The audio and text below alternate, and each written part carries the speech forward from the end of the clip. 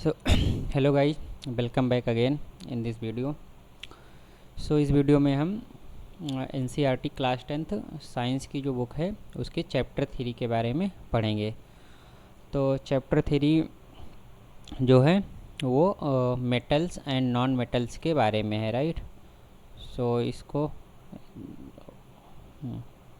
Chapter 3 जो है metals and non metal के बारे में है। तो इसको वन बाय वन देखते हैं, इसमें क्या कॉन्सेप्ट्स दिए हुए हैं। तो फिर आप इसमें हाँ, तो इसमें ये दिया गया है कि हमने क्लास 9th में बहुत सारे एलिमेंट्स के बारे में पढ़े हैं ना, एलिमेंट्स के बारे में पढ़ा है। जैसे पीरियोडिक टेबल दिया गया था ना, जिसमें बहुत सारे एलिमेंट्स थे। मतलब ऐसे तो पीरियोडिक टेबल में जो एलिमेंट्स थे तो उसमें उन एलिमेंट्स को मेटल एंड नॉन मेटल में डिवाइड किया गया था, क्लासिफाइड किया था on the basis of their property. तो बहुत सारे एलिमेंट थे तो उनकी अलग अलग प्रॉपर्टी थी, कुछ एलिमेंट की अलग प्रॉपर्टी, कुछ एलिमेंट की अलग प्रॉपर्टी। तो बेस्ड ऑन देयर प्रॉपर्टीज हमने एलिमेंट्स को मेटल्स एंड नॉन मेटल्स में डिवाइड किया था, राइट, क्लास 9th में। सो इसमें फिर आगे ये दिया गया है, think of use of the metals and non metal in your daily life. So कौन से मेटल और नॉन मेटल हम अपने डेली लाइफ में यूज करते हैं, वो बोलता है कि आप ऐसा कुछ बताओ। तो जैसे हम अपने डेली लाइफ में देखते हैं तो मेटल्स में क्या होता है, हमारे यहाँ स्टील के बर्तन्स होते हैं, जो यूटेंसिल्स होते हैं किचन में वो स्टील के होते हैं। कुछ चीज़ें एलुमिनियम के होते हैं हमारे यहाँ पे, राइट। फिर कॉपर की बोटल्स होती हैं। तो ये सब क्या है, ये बहुत सारे मेटल्स जो हम अपने डेली लाइफ में यूज करते हैं। ऐसे बहुत सारे मेटल।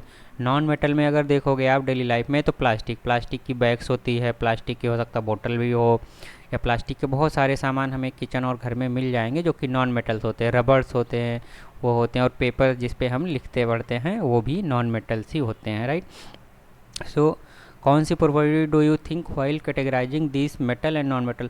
तो ये सब में देखोगे तो जो ये मेटल वाले सामान होते हैं वो काफ़ी मजबूत होते हैं या काफ़ी स्ट्रॉन्ग होते हैं। तो वो स्ट्रॉन्गनेस मतलब एक ऐसा पैरामीटर है जिसको मतलब माइंड में आता है कि ये ज़्यादा मेटल है। मेटल की चीज़ ज़्यादा स्ट्रॉन्ग होती हैं, नॉन मेटल की चीज़ें कम स्ट्रॉन्ग होती हैं, right. How are these property related to use of these element, let us look at the sum of these properties. So अलग अलग एलिमेंट की प्रॉपर्टीज कैसे रिलेटेड होती हैं, है ना। तो उस प्रॉपर्टीज़ को इसमें बहुत सारी जो भी होती हैं उनकी प्रॉपर्टीज, उस प्रॉपर्टीज़ को रिलेटेड ही लेकर के ये चैप्टर है मेटल्स और नॉन मेटल का। तो इसमें सबसे पहले फिजिकल प्रॉपर्टी जो होती हैं वो देखते हैं कि मेटल्स और नॉन मेटल में उनकी फिजिकल प्रॉपर्टीज क्या होती हैं, ओके। सो मेटल्स के केस में अगर इसमें बोला गया है कि easiest way to start grouping substances is by comparing their physical property. तो फिजिकल प्रॉपर्टीज क्या होता है वो अभी हम पढ़ेंगे कि फिजिकल प्रॉपर्टीज क्या होता है। तो फिजिकल प्रॉपर्टीज के बेसिस पे अगर हमें बहुत सारे सब्सटेंसेज मतलब बहुत सारे सब्सटेंसेज पता हैं तो उसको मतलब कैटेगराइज कर सकते हैं, कि उसको ग्रुप कर सकते हैं कि ये भाई ये मतलब जो फिजिकल प्रॉपर्टीज़ की वजह से इस वाली फिजिकल प्रॉपर्टीज़ वाले ये सब्सटेंसेज हैं और ये वाली फिजिकल प्रॉपर्टीज वाले ये सब्सटेंसेज हैं, राइट। तो वो चीज़ यहाँ पे आगे वही दिया गया है। Later study with the help of following activity. तो बहुत सारी एक्टिविटी यहाँ पे एक्टिविटी 3.1 से एक्टिविटी 3.6 तक बहुत सारी एक्टिविटीज़ परफॉर्म करने के लिए बोला है। तो अगर स्कूल में वो करवाते हैं तो ठीक है, मैं यहाँ पे आपको बुक में 1 बाय 1 ये 6 की 6 एक्टिविटीज़ जो हैं उसको हम आपको समझाएंगे। तो इसमें हमें कुछ metals iron, copper, right. Iron का सिंबल क्या होता है, आयरन का Fe सिंबल होता है, कॉपर का Cu, एल्युमिनियम का Al, मैग्नीशियम का Mg और सोडियम का Na, लेड का Pb और जिंक का Zn, राइट। तो ये सारे मेटल्स के सैंपल्स लेने के लिए बोल रहा है कि मतलब ये सारे मेटल्स के हर इतनी जो एक्टिविटीज़ दी हैं इसमें इन मेटल्स के सैंपल को लेकर के बहुत सारी एक्टिविटीज़ परफॉर्म की गई हैं। उसके बेसिस पे हम देखेंगे कि कैसे सब्सटेंसेज को ग्रुप करते हैं एक दो मतलब डिफरेंट ग्रुप में। सो ये इतने मेटल्स के अलावा भी आप कोई भी मेटल जो भी अवेलेबल हो वो भी बोला है कि ले सकते हो। तो एक्टिविटी 3.1 में क्या बोला है कि हर एक जितने भी हमने ये मेटल्स के सैंपल लिए हैं, उसमें से आयरन, कॉपर, एल्युमिनियम और मैग्नीशियम, इसमें इसका अपीयरेंस कैसा है हर एक सैंपल का, वो अपीयरेंस देखो, मतलब देखने में कैसे लगते हैं। और clean the surface of each sample by rubbing and then with the sandpaper note their appearance again. तो जो भी मेटल्स है उसका पहले नॉर्मल अपीयरेंस क्या है, फिर उसको आप सैंड पेपर या एमरी पेपर होता है, जिससे मतलब थोड़ा रफ पेपर होता है, तो इससे आप उस सैंपल के सरफेस को रफ करो। रब करने के बाद उसके अपीयरेंस को फिर से देखो। सो मेटल्स जो होते हैं, आप पाओगे कि जितने मेटल्स के सैंपल है प्योर स्टेट में जो होते हैं, मतलब ओरिजिनल स्टेट में, ये किसी के साथ मतलब कोई कंपाउंड नहीं बनाए हुए, तो उनके प्योर स्टेट में, जैसे सिल्वर और ये सब गोल्ड हो गया, ये सब प्योर स्टेट में शाइनिंग सरफेस होते हैं, है ना। तो मेटल्स जनरली कोई भी एल्युमिनियम, स्टील, कोई भी चीज़ लोगे उसमें एक शाइनिंग सरफेस होती है, तो वो बताया कि तो मेटल के पास शाइनिंग सरफेस होते हैं, और this property is called the metallic lustre. तो ये क्या हो गया, मेटलिक लस्टर, है ना। तो ये आप याद रखना कि शाइनिंग सरफेस, मेटल के पास शाइनिंग सरफेस होते हैं सारे मेटल्स में, उनके प्योर स्टेट में, तो इस प्रॉपर्टी को हम मेटलिक लस्टर बोलते हैं। तो मेटलिक लस्टर क्या हुआ, एक फिजिकल प्रॉपर्टीज हो गई। तो मेटलिक लस्टर के बेसिस पे आप अगर सब्सटेंसेस को ग्रुप करोगे तो वो अलग अलग ग्रुप में कर सकते हो, है ना, क्योंकि सारे एलिमेंट्स में मेटलिक लस्टर, मतलब सारे मेटल्स में ऐसा होता है, सारे एलिमेंट में अलग अलग मतलब लस्टर होगा, अलग अलग अपीयरेंसेज होंगे। फिर एक्टिविटी 3.2 में बोल रहा है कि एक नाइफ लो आप, और ये जितने भी मेटल्स आपके पास हैं उसको नाइफ से कट करने का ट्राई करो, और आप उसके अपने ऑब्जर्वेशन को देखो। तो इसमें एक क्वेश्चन भी लिखा है कि जब होल्ड, और फिर दूसरा ये तो बोलता है कि नाइफ से कट करके देखो, अपना ऑब्जर्वेशन लिखो। फिर जो सोडियम मेटल है, राइट, Na वाला मेटल है सोडियम, उसको टोंग्स, मतलब एक जो पकड़ने वाला टूल होता है, टोंग से उसको पकड़ के उसको पकड़ो, और सोडियम को हमेशा केयरफुल्ली हैंडल करते हैं। उसको क्यों हैंडल करते हैं वो बाद में इसमें बताएंगे। And dry it between the folds of A filter paper. नहीं, तो सोडियम को हमें, मतलब वो क्या होता है कि वो वाटर, ये बहुत रिएक्टिव एलिमेंट होता है, जब वाटर के कांटेक्ट में आता है ना तो बहुत तेज़ी से रिएक्शन करता है, बहुत सारी एनर्जी बाहर, मतलब एनर्जी डिस्पोज करता है। तो बेस्ड ऑन दैट, मतलब वही बोल रहा है कि इसको पानी, वाटर के कंटेंट में नहीं आना चाहिए, तो इसको फिल्टर पेपर से हमेशा इसको प्रेस करके ड्राई कर लेते हैं और बहुत केयरफुल्ली सोडियम को हैंडल करते हैं। अब तो ये एक हो गया पहले। दूसरी एक्टिविटी क्या है, पहला तो हमने उसका फिजिकल अपीयरेंस कैसे होते हैं वो देखा, उसको फिर एमरी पेपर से या सैंड पेपर से उसको रब करके फिर उसका अपीयरेंस देखा, तो हमने पाया मेटल जो होते हैं शाइनिंग सरफेस होते हैं, उसको प्रॉपर्टी को लस्टर बोलते हैं। फिर दूसरा बोल रहा है कि नाइफ से कट किया, नाइफ से कट करो और उसको वाच ग्लास पे रख के उसको फिर नाइफ से कट करो। सो उसमें क्या ऑब्जर्वेशन आता है तो वो दिखाया। तो इसमें आप पाओगे, जब ये ऑब्जर्वेशन आप बहुत सारे मेटल्स को लेकर करोगे तो आप पाओगे मेटल्स आर जनरली हार्ड, है ना, मेटल्स हार्ड होते हैं। तो दूसरी ये फिजिकल प्रॉपर्टी हो गई। The hardness varies from metal to metal, तो अलग अलग मेटल अलग अलग हार्डनेस होगी, राइट। जैसे एल्युमिनियम कम हार्ड होता है, उससे ज़्यादा आयरन जो होता है उससे ज़्यादा हार्ड होता है, राइट। तो आयरन की हार्डनेस ज़्यादा होती है एल्युमिनियम से। तो अलग अलग मेटल्स की हार्डनेस अलग अलग होगी। फिर एक्टिविटी 3.3 में ये बोल रहा है कि आप ये जो भी आयरन, जिंक, लेड और कॉपर, ये 4 पीसेज लो, इनको आप एक आयरन का ब्लॉक है उस पर आप इसको रखो और इसको 4-5 टाइम्स हैमर से स्ट्राइक करो, राइट। और मतलब आयरन के एक ब्लॉक पे ले लो और ब्लॉक पे इस मेटल को रख करके इसको आयरन से, मतलब हैमर से इसको स्ट्राइक करो 4-5, तो ऑब्जर्वेशन देखो क्या होता है। तो उस ऐसा ऑब्जर्व, और ये सारे मेटल्स के लिए आप ऐसा ऑब्जर्व करो, राइट। तो इसमें क्या शेप चेंज होते हैं मेटल के, वो सब चीज़ें आप ऑब्जर्व करो। तो जब आप ये एक्टिविटी परफॉर्म करोगे तो इसमें आपको मिलेगा कि metals can B beaten into the thin sheet. तो जब मेटल को रख के उसको हैमर से आप मारोगे तो वो थिन शीट्स में, मतलब पतली पतली सीटों में कन्वर्ट हो जाएगा अगर उसकी थिकनेस कम हो जाएगी। And this property is called the malleability. तो एक प्रॉपर्टी हमने लस्टर पर पढ़ा ऊपर, मेटलिक लस्टर, यहाँ पे मेलेबिलिटी और हार्डनेस, है ना, दूसरे में हार्डनेस पढ़ा था, फिर तीसरे में मेलेबिलिटी हो गई। तो मेटल्स को थिन शीट्स में कन्वर्ट करने की जो प्रॉपर्टी होती है उसको हम मेलेबिलिटी बोलते हैं। Do you know that gold and silver are the most malleable metals? तो गोल्ड और सिल्वर को आप ऐसे ब्लॉक पे रख के हैमर से डालोगे, वो बहुत ही जल्दी से थिन शीट्स में कन्वर्ट हो जाएंगे, राइट। तो बहुत ही ज़्यादा मेलेबल मेटल्स होते हैं गोल्ड और सिल्वर। तो ये हो गया, ओके।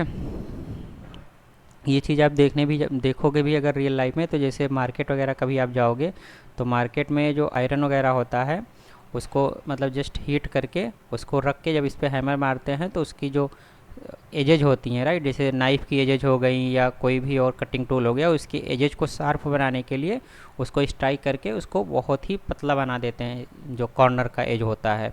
तो वो चीज़ आप रियल लाइफ में भी देख सकते हो। अब इस मेटल्स के वायर्स भी आप देखे होंगे, क्योंकि आपने ऐड वगैरह देखा होगा, जैसे वायर के कॉपर के वायर्स वगैरह आते हैं मार्केट में, और भी बहुत सारी चीज़ें वायर्स के फॉर्म में ही होती है, एल्युमिनियम के वायर या कॉपर के वायर, एसएस के वायर, है ना, ऐसा बहुत सारे वायर्स अलग अलग मटेरियल के होते हैं। तो यहाँ पे एक दूसरी प्रॉपर्टी है, ability of the metal to drawn into the wires is called the ductility, right. तो डक्टिलिटी एक प्रॉपर्टी हो गई, एक प्रॉपर्टी क्या हो गई, एक हो गई डक्टिलिटी, और दूसरी उसके पहले हमने क्या पढ़ा, मैलिएबिलिटी, राइट। तो मैलिएबिलिटी क्या है, ये थिन शीट में कन्वर्ट होने की प्रॉपर्टी है, और ये वायर, डक्टिलिटी क्या है, वायर से रिलेटेड है, राइट। वायर में जब किसी मटेरियल के शेप को वायर के फॉर्म में ले आए तो वो डक्टिलिटी वाली प्रॉपर्टी से रिलेटेड होता है। तो वहाँ पे हमने देखा था सिल्वर और गोल्ड मेलेबल मोस्ट होते हैं, और फिर डक्टिलिटी में gold is the most ductile material, right.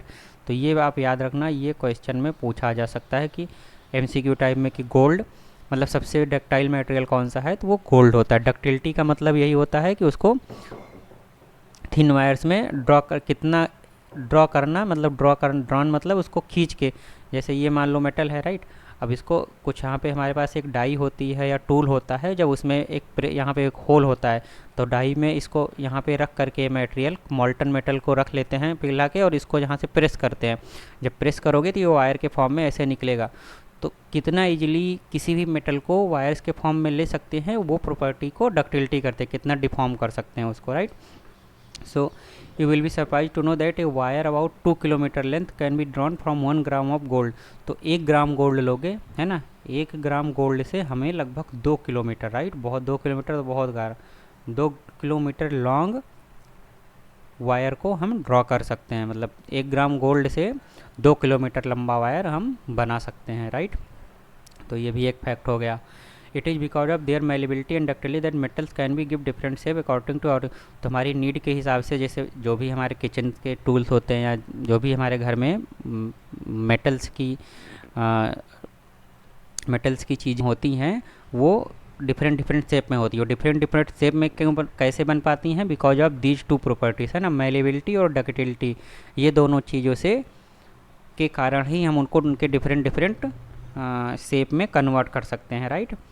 अगर ये दोनों प्रॉपर्टीज नहीं होती तो हम एक ही शेप में हमें मेटल मतलब जो भी हमारे घर में चीज़ होती वो मिलती। तो ये हो गया। अब आगे ये भी बोल रहा है, can you name some metals that are use for making cooking vessels. तो कुकिंग वेसल्स को बनाने के लिए कौन कौन से मेटल्स होते हैं वो बता रहा है। तो कुकिंग वेसल्स में हमारे यहाँ स्टील होता है जो कि आयरन होता है, तो आयरन हो गया, एल्युमिनियम हो गया, ये सब इन्हीं सब चीज़ों से ही, और आयरन का तवा भी होता है जिस पे रोटी बनती है। तो ये सारी चीज़ें मेटल्स की बनती हैं। Do you know why these metals are used for making vessels, let us do the following activity to find. तो जो हमारी कुकिंग वेसल्स होती हैं इन मेटल्स क्यों बनती हैं, तो उसके लिए एक्टिविटी यहाँ पे दी गई है, राइट। अब ऐसा बोल रहा है कि एल्युमिनियम या कॉपर के वायर लो, उसको क्लैंप करो this wire on the stand as shown in the figure. तो फिगर 3.1 में दिया गया है। इसमें ये बोला गया है कि यहाँ पे एक क्लैंप है, राइट, ये एक स्टैंड हो गया, स्टैंड में ये क्लैंप हो गया, क्लैंप से ये एक वायर है, राइट, ये मेटल का एक वायर है, इसको हमने यहाँ पे क्लैंप कर दिया। क्लैंप करने के बाद एक पिन है, right, this is a pin, और यहाँ पे वैक्स है। वैक्स में तो आप देखेंगे कि ना, वैक्स पिघला दो, उसमें कोई भी चीज़ लगा दो तो वो हो जाता है। तो वैक्स के थ्रू एक पिन को यहाँ पे एंड पे, free end of the wire पे ये लगा दिया, और बर्नर से हमने इस मेटल के वायर को हीट करना शुरू किया, तो आप क्या ऑब्जर्व करोगे, वो चीज़ से रिलेटेड ये एक्टिविटी दैट। फिर आगे वही बोलता है कि आप ऑब्जर्व करोगे तो does the metal wire melt, तो ये मेटल वायर क्या मेल्ट हो जाता है, वही चीज़ आपसे पूछा है, तो वो एक्टिविटी करने। तो इसमें लिखा है कि above activity shows that the metals are the good conductor of the heat and have high melting point. तो अगर आप गर्म करोगे वायर को तो ये इतनी जल्दी तो पिघलेगा नहीं, राइट, तो इसलिए नहीं पिघलेगा चूँकि उसके मेल्टिंग पॉइंट बहुत होते हैं। तो मेल्टिंग पॉइंट क्या होता है, मेल्टिंग पॉइंट वो टेम्परेचर होता है जिस पे मेटल्स पिघल जाते हैं। तो राइट, हमारा जो वाटर वगैरह होता है वो कितना 100 डिग्री पे उबलता है, राइट, बॉइलिंग हो जाता है, बट इससे भी ऊपर मेटल्स को क्या होता है 400, 500, 600, 1000, कुछ कुछ मेटल होते हैं जो 1000 डिग्री तक का टेम्परेचर ले सकते हैं उनको पिघलाने के लिए, राइट। तो इनके मेटल्स के जो मेल्टिंग पॉइंट्स होते हैं वो बहुत ज़्यादा होते हैं और ये good conductor of the heat होते हैं। Good conductor of the heat कैसे होते हैं, चूँकि जब यहाँ मेटल्स ये हीट करोगे तो ये हीट को ऐसे कन्वर्ट, मतलब हीट ट्रांसफ़र होती रहती है मेटल वायर के द्वारा, में यहाँ पे जब हीट जाएगी तो ये वैक्स पिघल जाएगा हीट की वजह से और पिन नीचे गिर जाएगी। तो ये good conductor of the heat होते हैं।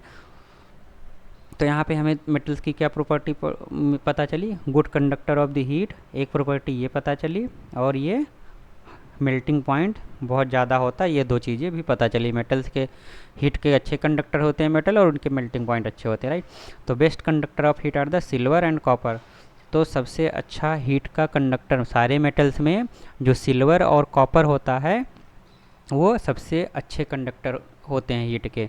तो अगर सिल्वर और कॉपर में ही देखोगे तो सिल्वर जो एजी कॉपर से ज़्यादा अच्छा बेटर कंडक्टर होता है हीट का, right.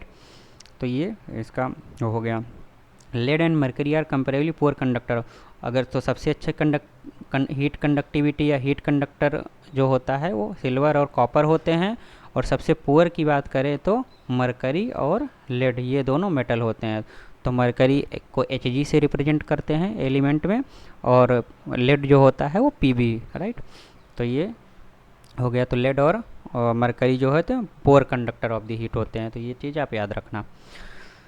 So do metals have conduct, do metals also conduct the electricity. तो आगे ये बोल रहा है कि क्या मेटल्स इलेक्ट्रिसिटी भी कंडक्ट करते हैं, तो वो उसके लिए भी एक एक्टिविटी दी गई है। तो इसमें क्या किया गया है कि हमने एक सर्किट बनाया है ना। तो वो सर्किट ये फिगर 3.2 में दिया गया। तो इसमें एक बैटरी है, एक ये बल्ब है, और ये एक स्विच है जो ऑन ऑफ करने के लिए, और यहाँ से एक वायर आया है क्लिप है, और जैसे बैटरी वगैरह में देखोगे तो ऐसे क्लिप्स के थ्रू ही कनेक्शन होता है ना, और इधर एक बी। तो इन दोनों के बीच में हमें मेटल के जो सैंपल्स होते हैं, जो भी मेटल्स आप लोगे उसके सैंपल्स को रखोगे और ये दोनों क्लिप को उससे लगाओगे, तो जब इस सर्किट के अंदर इलेक्ट्रिसिटी फ्लो होगी, मतलब अगर कोई भी मेटल है, अगर वो हीट, जैसे हीट का तो हमने पढ़ लिया रहा है, तो अगर इलेक्ट्रिसिटी का अच्छा कंडक्टर है तो ये सर्किट कंप्लीट हो जाएगी, तो ये बल्ब जलने लगेगा। अगर कोई भी metal bad conductor of the electricity है तो मतलब वो इलेक्ट्रिसिटी इससे फ्लो ही नहीं होगी मेटल से, तो मेटल से फ्लो ही नहीं, तो ये सर्किट यहाँ से ब्रेक हो जाएगी, टूट जाएगी, कंप्लीट ही नहीं होगी सर्किट। तो कंप्लीट होगी तो ये बल्ब नहीं जलेगा। तो इस बेसिस पे हम पता कर सकते हैं कि कौन सा मेटल इलेक्ट्रिसिटी का अच्छा कंडक्टर है और कौन सा मेटल नहीं है। ओके, तो बल्ब जब ग्लो करेगा तो अच्छा कंडक्टर है, और जब नहीं करेगा तो बैड कंडक्टर है। तो जनरली आप जब ये मेटल के रखोगे तो आप पाओगे metals are the good conductor of the electricity. You must have seen that wires that carry the current in your homes have a coating of PVC, right. तो हमारे घरों में जो वायर्स होते हैं, करंट वाले जो इलेक्ट्रिसिटी वाले वायर्स होते हैं, उसके ऊपर एक कोटिंग होती है। तो वो कोटिंग किसकी होती है, वो पीवीसी की कोटिंग होती है, राइट। और वो रबर लाइक मटेरियल होता है। तो रबर लाइक मटेरियल का या पीवीसी का एक कोटिंग होगी। पीवीसी मतलब एक प्लास्टिक है, right, polyvinyl chloride. So these why are the electric wires are coated with this substance. तो ये केवल इंसुलेशन और प्रोटेक्शन के लिए उसको कोट कर दे, मतलब कोटिंग कर देते हैं उस वायर के ऊपर। अदरवाइज मान लो कोई टच कर लिया तो उसको इलेक्ट्रिसिटी लग जाएगी, तो इसलिए उसको इंसुलेट कर देते हैं। चूँकि प्लास्टिक जो होते हैं, ये पॉलीमर्स या प्लास्टिक जो होते हैं, वो इलेक्ट्रिसिटी के बैड कंडक्टर होते हैं। तो बैड कंडक्टर होते हैं तो उससे इलेक्ट्रिसिटी नहीं फ्लो होती है, तो इसलिए उसको जो मेन मेटल का जो वायर होता है उसको इंसुलेट कर देते हैं with the help of PVC and rubber like material, right. तो ये हो गया। What happens when the metal strike a hard surface. Metals जब हार्ड सरफेस पे स्ट्राइक होता है तो क्या होता है, डू दे प्रोड्यूस साउंड। तो जब आप कोई भी मेटल लोगे, जैसे बर्तन ही ले लो, कोई भी चीज़ ले लो, जब उसको हार्ड सरफेस पे आप उसको स्ट्राइक करोगे तो वो साउंड प्रोड्यूस करते हैं, right. Metals that produce a sound on striking a hard surface are said to be sonorous. तो वो मेटल्स है ना, मतलब हो सकता है कुछ मेटल्स साउंड प्रोड्यूस ही ना करते हो, बट जो मेटल्स साउंड प्रोड्यूस करते हैं after striking them on A hard surface, those metals will be called the sonorous, right. तो सोनरस मेटल क्या होता है वो हमने यहाँ पे देखा। तो जो मेटल हार्ड सरफेस पे मतलब स्ट्राइक होने के बाद साउंड प्रोड्यूस करते हैं वो सोनरस उनको बोलते हैं, राइट। और स्कूल बेल्स, हमारे जो स्कूल्स में जो घंटियाँ होती हैं, बेल्स होती हैं, वो मेटल्स की क्यों बनती हैं, वो चूँकि वो साउंड प्रोड्यूस करती हैं। तो घंटी मेटल्स की जो बेल्स होती हैं स्कूल में, तो उसमें जब एक हथौड़ा टाइप में होता है, जब उससे आप स्ट्राइक करोगे तो साउंड प्रोड्यूस करती हैं, राइट। तो वो सोनरस मेटल्स होती हैं। तो ये मेटल की फिजिकल प्रॉपर्टीज हो गई। ओके, तो अभी हमने 3.1 से लेकर के 3.6 में जितनी भी एक्टिविटीज़ परफॉर्म किया, तो वो मेटल्स को सैंपल लेकर के तो उसकी एक्टिविटीज़ परफॉर्म किया। तो वहाँ पे हमने सबसे पहले हमने क्या देखा, सबसे पहले हमने लस्टर वाली प्रॉपर्टी देखा कि मेटल्स जो होते हैं वो शाइनिंग सरफेस का होते हैं, जिसको मेटलिक लस्टर बोलते हैं। फिर हमने उसके नाइफ से काट करके उसकी हार्डनेस से रिलेटेड देखा। फिर हमने हार्डनेस के बाद उसको उसका क्या कहते हैं, ये हीट कंडक्टिविटी वगैरह को देखा, हीट कंडक्टिविटी को देखा। फिर हमने इलेक्ट्रिक कंडक्टिविटी को देखा, है ना। ऐसे और भी बहुत सारी प्रॉपर्टीज़ को हमने उसमें देखा, राइट। सो ये हो गया। ओके, सो आगे आप देख आएंगे तो नॉन मेटल्स में भी ऐसे ही हमें बहुत सारी एक्टिविटीज़ परफॉर्म करेंगे, तो देखेंगे कि नॉन मेटल्स कैसे बिहेव करते हैं with respect to the activities mention from 3.1 to 3.6, right. So कुछ सैम्पल्स नॉन मेटल के लेंगे।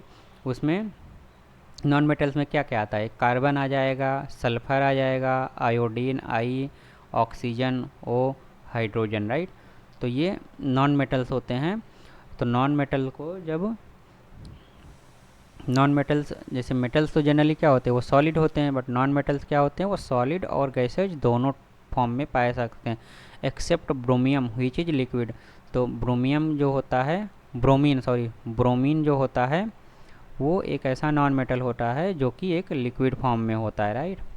ये लिक्विड फॉर्म में होता है। तो ब्रोमीन को छोड़ करके बाकी सारे नॉन मेटल्स या तो सॉलिड होंगे या तो गैसियस होंगे, गैसेज होंगे, राइट। तो चूँकि मटेरियल या सब्सटेंसेस के 3 स्टेट होते हैं, राइट, सॉलिड, लिक्विड और गैस। तो solid liquid and gas, right, ये 3 स्टेज होते हैं। तो नॉन मेटल्स जो होते हैं, मेटल्स तो जनरली सॉलिड होते हैं, है ना, एक्सेप्ट एक यहाँ पे मरकरी जो होता है वो सॉलिड स्टेट में नहीं होता है, वो लिक्विड स्टेट में होता है। इसमें आप आगे देखोगे, है ना। एक मिनट मैं आपको दिखाता हूँ, एक मिनट। हाँ, सो इसमें आप जाओगे ऊपर, ओके, मेटेलिक लस्टर एल्युमिनियम, ठीक है। तो यहाँ पे ओके वो आगे दिया गया है फिजिकल स्टेट से रिलेटेड, इसमें आगे नहीं दिया गया। तो सारे मेटल्स तो लगभग सॉलिड फॉर्म में ही पाए जाते हैं, एक्सेप्ट आई थिंक मरकरी जो कि एक वो लिक्विड फॉर्म में पाया जाता है। ओके, ये लेड एंड मरकरी यहाँ पे क्या दिया, और तो ये तो कंडक्टिविटी से रिलेटेड हो गया, हीट कंडक्टिविटी। ओके, कोई नहीं, we will see it further. हाँ, तो आगे दिया गया। सो नॉन मेटल्स जो जनरली होते हैं वो या तो सॉलिड फॉर्म में होंगे या तो गैस फॉर्म में होंगे, एक्सेप्ट ब्रोमीन, ये याद रखना है ना, क्योंकि जो एक्सेप्शनल केस होते हैं वो एग्जाम में पूछे जाए। तो ब्रोमीन एक नॉन मेटल होता है जो कि लिक्विड स्टेट में पाया जाता है। So don't metal also have the physical property similar to the metals. तो ये हम फाइंड आउट करेंगे एक्टिविटी जो एक्टिविटी 3.1, एक्टिविटी 3.4 और एक्टिविटी 3.6 है वो नॉन मेटल्स, कार्बन ले लो, इसमें कोल या ग्रेफाइट कुछ भी ले लो, सल्फ़र ले लो, आयोडीन, ये तीनों आप मतलब हो सकता है एक्टिविटीज आपके स्कूल में करवाएं, बट वही एक्टिविटी सेम नॉन मेटल के साथ मतलब आप परफॉर्म करके देखोगे। तो यहाँ पे जो ऑब्जर्वेशन आती है उस ऑब्जर्वेशंस को रिकॉर्ड करके हम एक टेबल में लिखेंगे। तो इसी को दिया गया है यहाँ पे, राइट। सो इसमें भी कंपाइल योर, तो वो एक्टिविटी परफॉर्म करने के बाद बोल रहा है कि टेबल 3.1 को आप फिलअप करो, है ना। तो वही चीज़ आप लोगे, जैसे यहाँ पे कार्बन लो, सल्फ़र लो और आयोडीन लो, राइट। यही तीन चीज़ को बोल रहा है, आयोडीन, राइट। तो इन सब चीज़ों को आप लोगे और ये प्रोवाइड करोगे। तो इसका सिंबल जैसे कार्बन या कोल या उसका लोगे तो उसका सिंबल C है, सल्फ़र का S है, आयोडीन का I है। ये चीज़ लोगे। टाइप ऑफ द सरफेस क्या है वो चीज़ लिखो, हार्डनेस क्या है वो एक्टिविटी। तो जब वो एक्टिविटी आप परफॉर्म करोगे on the basis of the observation, अगर आप परफॉर्म करके ये सब चीज़ें लिखोगे तो अब यहाँ पे डायरेक्ट वो कंक्लूजन करा, चूँकि एक्टिविटी तो आपको परफॉर्म करना है। तो जब आप ये सारी एक्टिविटीज़ परफॉर्म करोगे तो मेटल्स और नॉन मेटल की जो फिजिकल प्रॉपर्टीज़ होती हैं, राइट। तो फिजिकल प्रॉपर्टीज़ को आप देखोगे तो यू मस्ट हैव कंक्लूडेड, उसका कंक्लूजन क्या आएगा कि फिजिकल प्रॉपर्टीज़ में हमने क्या क्या देखा पहले, तो वो हम नोट डाउन कर लेते, राइट। तो फिजिकल प्रॉपर्टीज़ हमारा क्या क्या था। फिजिकल प्रॉपर्टीज़ में एक हो गया हार्डनेस या टाइप ऑफ द सरफेस, ये पहली फिजिकल प्रॉपर्टीज हो गई। ये दूसरी हो गई मेलेबिलिटी, तीसरी प्रॉपर्टी हो गई, चौथी डक्टिलिटी हो गई, और ये सोनरिटी, ये सोनरस जो मेटल्स होते सोनरिटी प्रॉपर्टीज हो गई, और ये पांचवी और ये छठवीं, राइट। इसमें अगर आप देखोगे तो कंडक्ट्स इलेक्ट्रिसिटी, ये अलग चीज़ है, और एक हीट कंडक्टिविटी, राइट। तो ये भी एक फिजिकल प्रॉपर्टी हो गई। तो जब आप ये चीज़ें देखोगे तो उसमें कंक्लूड करोगे कि we cannot group the element according to their physical property. तो आप फिजिकल प्रॉपर्टीज़ के बेसिस पे ही मेटल्स और नॉन मेटल को, मतलब एलिमेंट्स को जनरली, राइट, जो आपने एलिमेंट्स किसके, मेटल्स के एलिमेंट्स लिए और नॉन मेटल के एलिमेंट लिए, और ये सारी एक्टिविटी परफॉर्म किए। तो अब जनरली क्या होना चाहिए कि मेटल्स क्या कहते हैं एक तरीके की फिजिकल प्रॉपर्टीज देंगे और नॉन मेटल दूसरे तरीके की फिजिकल प्रॉपर्टीज देंगे, बट ऐसा नहीं होता है। तो physical properties alone cannot determine the grouping of these elements, यही इसमें बोल रहा है। There are many exceptions. जैसे अभी ऊपर मान लो हम ऐसा बोलते कि नॉन मेटल्स जो होते हैं वो सॉलिड फॉर्म में होंगे या तो गैस फॉर्म में होंगे, बट क्या है ब्रोमीन जो होता है वो भी नॉन मेटल है, वो लिक्विड फॉर्म में होता है। तो वहाँ तो एक्सेप्शन आ गया, राइट।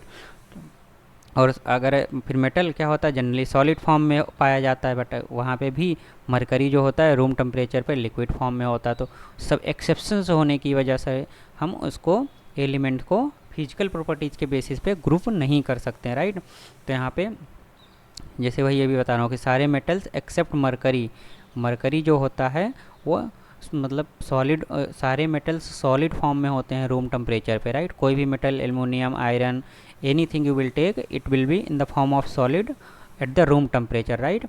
और तो रूम टेम्परेचर क्यों लिखा, चूँकि रूम टेम्परेचर पे हम सारी चीज़ को कंपेयर कर सकते हैं ना, क्योंकि अगर आप उसको हीट करोगे तो हो सकता है कि वो सॉलिड से लिक्विड कुछ का अलग अलग मेल्टिंग पॉइंट के बेसिस पे अलग अलग मेटल्स का स्टेट जो होता है वो बदलेगा रहेगा, फिजिकल स्टेट। सो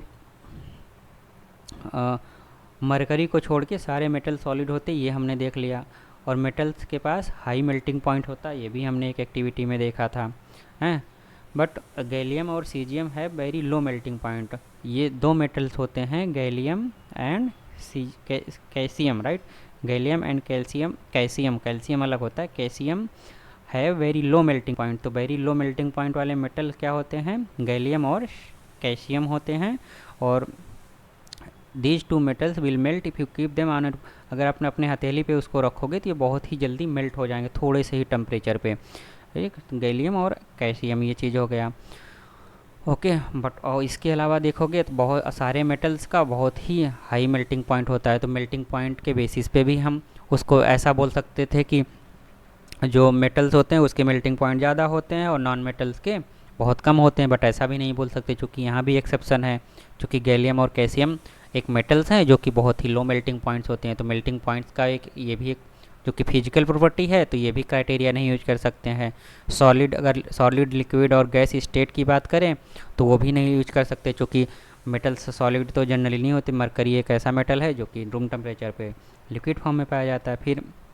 फिर अगर आयोडीन, जैसे हमने बोला कि ना, जो नॉन मेटल होते हैं वो या तो सॉलिड फॉर्म में या तो गैस फॉर्म में होंगे, राइट, सॉलिड या गैस फॉर्म में। बट आप देखोगे आयोडीन एक नॉन मेटल है, वो लश्चरस होता है। अच्छा, लश्चरस वाली जो पहली प्रॉपर्टी होती है, लश्चर, मेटल लश्चर है, तो आयोडीन क्या है, अगर हम ऐसा बोले कि सारे मेटल लश्चरस होते हैं तो, और सारे नॉन मेटल नॉन लश्चरस होते हैं, तो वो गलत होगा, क्योंकि आयोडीन एक नॉन मेटल होता है बट ये लश्चरस होता है, शाइनिंग सरफेस होता है। तो नॉन आयोडीन नॉन मेटल होते हुए भी इसके पास शाइनिंग सरफेस होता है, तो ये लश्चरस हो जाएगा। तो ये भी एक एक्सेप्शनल केस हो गया। कार्बन क्या है, ये भी एक नॉन मेटल है, बट ये डिफरेंट फॉर्म में पाया जाता है और अलग अलग फॉर्म को इस जैसे जो एलिमेंट अगर डिफरेंट डिफरेंट फॉर्म में पाया जाता है तो उस सारे फॉर्म को उस एलिमेंट का एलोट्रॉप बोलते हैं, है ना। तो ये भी एक इम्पॉर्टेंट प्रॉपर्टीज होती है, एलोट्रॉपी जो बोलते हैं। तो अगर कोई भी मेटल या नॉन मेटल एक से डिफरेंट फॉर्म में एग्जिस्ट करता है तो वो सारे फॉर्म को उस एलिमेंट का एलोट्रॉप बोलते हैं। तो कार्बन के जो एलोट्रॉप बोलोगे तो उसमें डायमंड एक फॉर्म होता है, कार्बन जो डायमंड्स होता है वो भी कार्बन का एक फॉर्म है, राइट। सो ये कार्बन का एक एलोट्रॉप है और ये हार्डेस्ट नेचुरल सब्सटेंसेस। अगर नेचुरल सब्सटेंसेस की बात करें जिसमें कि जो सबसे हार्ड हो, तो डायमंड से ज़्यादा हार्ड ऐसा कोई भी सब्सटेंस नहीं होगा जो कि नेचुरली पाया जाता है, राइट। और बहुत हाई मेल्टिंग पॉइंट्स भी होता है। तो अभी हमने ऊपर क्या पढ़ रहे थे कि मेटल्स बहुत हार्ड होते हैं और वो उनका मेल्टिंग पॉइंट बहुत ज़्यादा होता है। बट यहाँ पे तो कार्बन जो कि एक नॉन मेटल है और उसका एक एलोट्रॉप डायमंड देखोगे तो वो क्या होता है, वो बहुत ही वो हार्डेस्ट, मतलब मेटल से भी ज़्यादा हार्डेस्ट नेचुरल सब्सटेंसेज हो जाता है और बहुत ही हाई मेल्टिंग पॉइंट्स होता है और बॉइलिंग पॉइंट भी, राइट। तो ये एक्सेप्शन हो जाता है। और ग्रेफाइट इज अनदर एलोट्रॉप और कार्बन।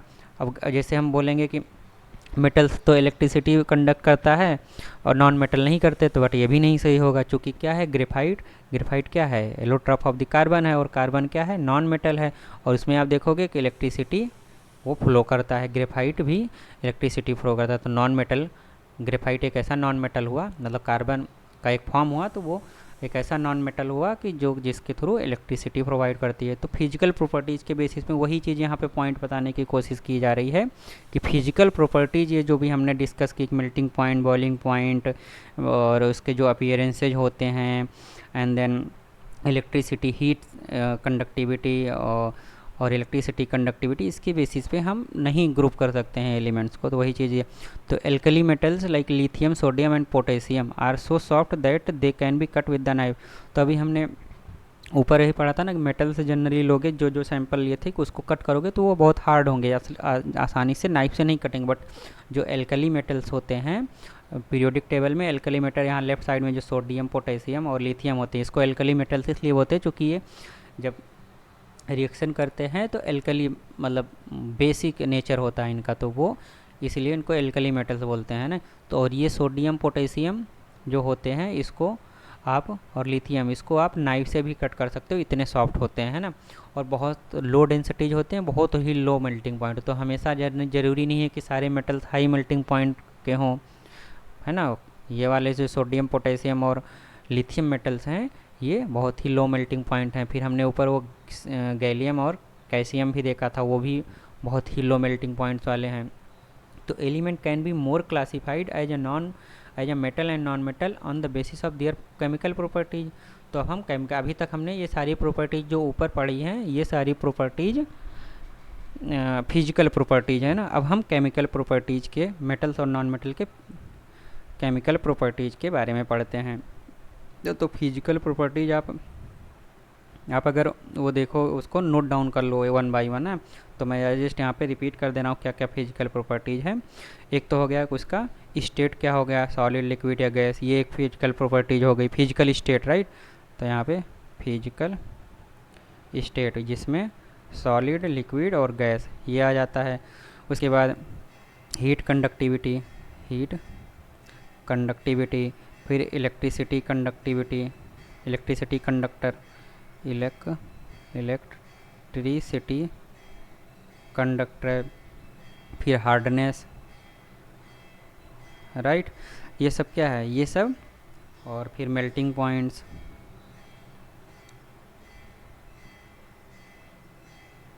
ठीक है। तो और लस्चर, मेटेलिक लस्चर, और सोनोरिटी एक पढ़ा जिसमें साउंड आती है। तो ये सब क्या है, ये सब फिजिकल प्रॉपर्टीज हो गई मेटल्स और नॉन। तो इसके बेसिस पे हम मेटल्स और नॉन मेटल को मतलब नहीं कैटेगराइज कर सकते हैं, because of there are so many exceptions, जो कि हमने ये ऊपर अभी यहाँ पे ये सारे 4 के 4 पॉइंट में देखा। ओके, अब हम केमिकल प्रॉपर्टीज़ के बारे में पढ़ते हैं।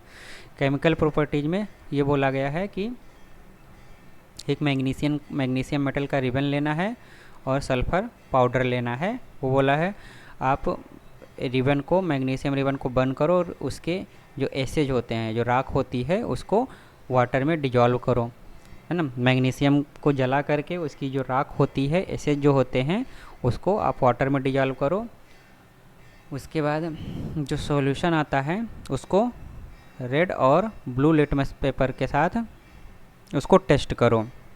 तो आपका उससे आपको उसका नेचर एसिडिक है या बेसिक है वो पता चलेगा, राइट। लिटमस पेपर टेस्ट करो आप, उसका जो सॉल्यूशन मिलता है तो वहाँ से आपको उसका एसिडिक नेचर है या बेसिक नेचर है वो पता चलेगा।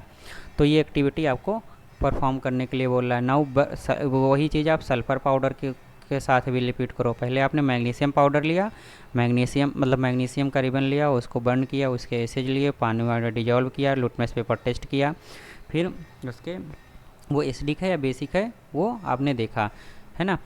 तो मैग्नीशियम क्या है, ये मेटल हुआ, तो एक मेटल का केस लिया। और सल्फ़र पाउडर क्या है, ये नॉन मेटल है, राइट, ये नॉन मेटल हुआ। अब उसको भी वैसे ही बर्न करके उसके जो फ्यूम्स होते हैं या उसके एसिड जो होते हैं वो प्रोड्यूस हुआ, उसको टेस्ट ट्यूब में लो, उसको सेक करो और ब्लू और रेड लिटमस पेपर के साथ उसको टेस्ट करो, है ना।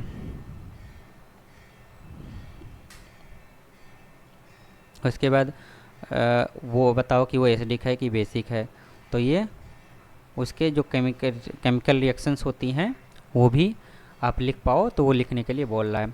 तो इसमें जब आप ये एक्टिविटी परफॉर्म करोगे तो यहाँ पे आप देखोगे कि जो जितने भी नॉन मेटल्स होते हैं, राइट, नॉन मेटल के जितने भी मतलब जो भी नॉन मेटल्स होते हैं वो एसिडिक ऑक्साइड प्रोड्यूस करते हैं।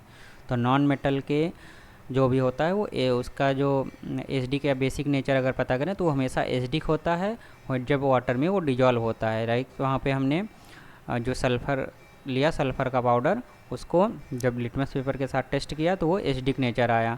On the other hand most metal give rise to the basic oxide. तो मेटल के जो ऑक्साइड होते हैं, यहाँ पे मेटल ऑक्साइड क्या होते हैं, वो बेसिक नेचर में होते हैं, राइट। और जो नॉन मेटल्स होते हैं वो एसिडिक नेचर के होते हैं, राइट। तो एसिड और बेसिक दो नेचर्स होते हैं ये भी सब्सटेंसेस के, एसिडिक है या बेसिक है, राइट। इसके बारे में हमने पहले भी पढ़ा है, अभी आगे भी इसको हम आगे और अच्छे से कवर करेंगे। सो अभी नेक्स्ट सेक्शन में हम इसके बारे में पढ़ते हैं। तो इससे अभी तक हमने जितना पढ़ा है उससे रिलेटेड एक क्वेश्चंस यहाँ पे कुछ दिए गए हैं, उसको हम आंसर करते हैं, राइट। ये सब भी ज़रूरी है, जो कि एग्जाम में भी हो सकता है, डायरेक्ट यहाँ से क्वेश्चन पूछ लेना MCQ टाइप में। बुक में जो भी है सारी चीज़ें इंपॉर्टेंट है।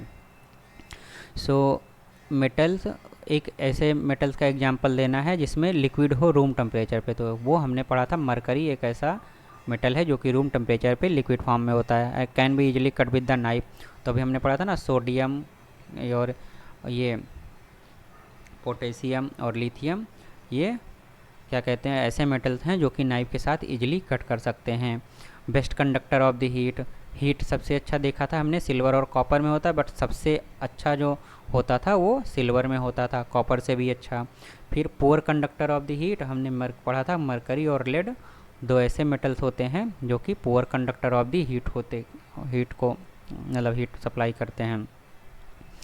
और हमने मेलेबल और डक्टिलिटी ये दोनों चीज़ें प्रॉपर्टी भी चैप्टर इसमें स्टार्टिंग में ही पढ़ा था।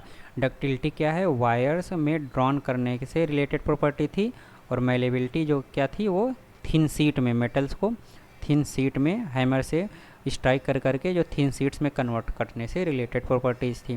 ओके, अब जो chemical properties of the metals है, अभी तक हमने इसमें फिजिकल प्रॉपर्टीज पढ़ा, अब हम केमिकल प्रॉपर्टीज जो होती है वो चीज़ पढ़ेंगे।